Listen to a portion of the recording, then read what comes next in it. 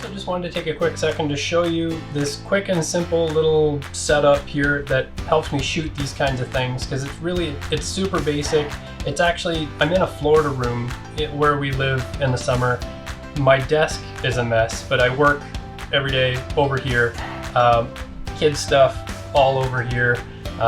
So I just wanted to show you just how quick and simple it is to light and set up and have a place to work, because it really doesn't take up a whole lot of room. I'm working in a very small space.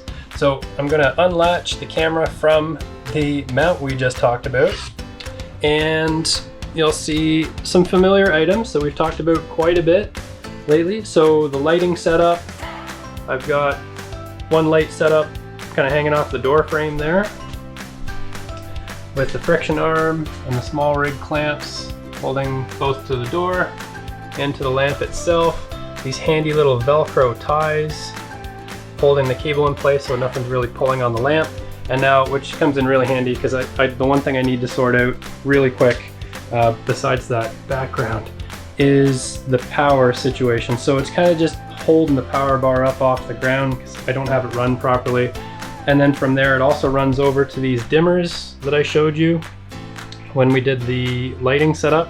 So I got them organized by side. All right, so you can set those individually. And then just the camera bag. So this is just an IKEA unit as well. So we ordered it with the drawers and the cupboards underneath. So Mandy's got all of her stuff on one side. I've got all of my stuff on another side, as well as, you know, the second lamp, which is really just clamped to the top there. And yeah, so this is it. I got the tripod set up there today to show you what we were talking about.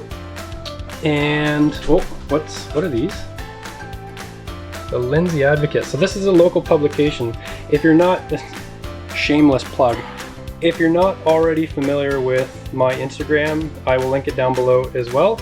And so this is a series that I did recently on some local churches. This is the first 6 images of 12, and a local publication, the Lindsay Advocate, picked it up to publish it, and they're doing it in 2 parts. So this is the first one from August. The second set will come in the September issue, which will also actually have a story about our family adventures, because we're living a little bit of a different lifestyle than many. So if you want to check that out, then I will leave the links to both accounts.